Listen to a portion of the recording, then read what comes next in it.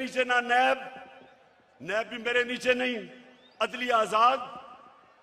क्या कर सकते थे? 100 FIA के केसेस जो इसके ऊपर हुए और वो भी डर डर के बेचारों ने किया, तो मेरे हाथ में क्या था?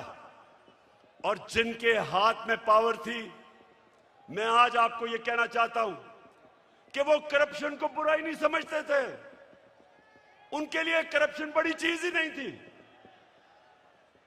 उनके ख्याल में कि ये जो करप्शन है ये तो होती है, और उन्होंने, क्योंकि वो करप्शन को बुरा नहीं समझते थे, ये सबसे बड़ा इस मुल्क के ऊपर अलमिया है कि आज जिन लोगों को जेल में होना चाहिए था वो आज या वजीर बन गए और या प्राइम मिनिस्टर बन गए हैं और या वजीर आला बनने की कोशिश कर रहा है।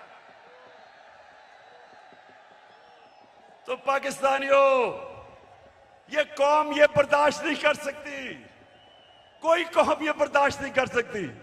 इसलिए मैं अभी आपको लाएमल दूंगा कि हमने करना क्या है, लेकिन मैं ये आपको वाज़ेह कर दूं, मैं जब तक जिंदा हूं मैं इस नाइंसाफी और जुल्म का मुकाबला करता रहूंगा।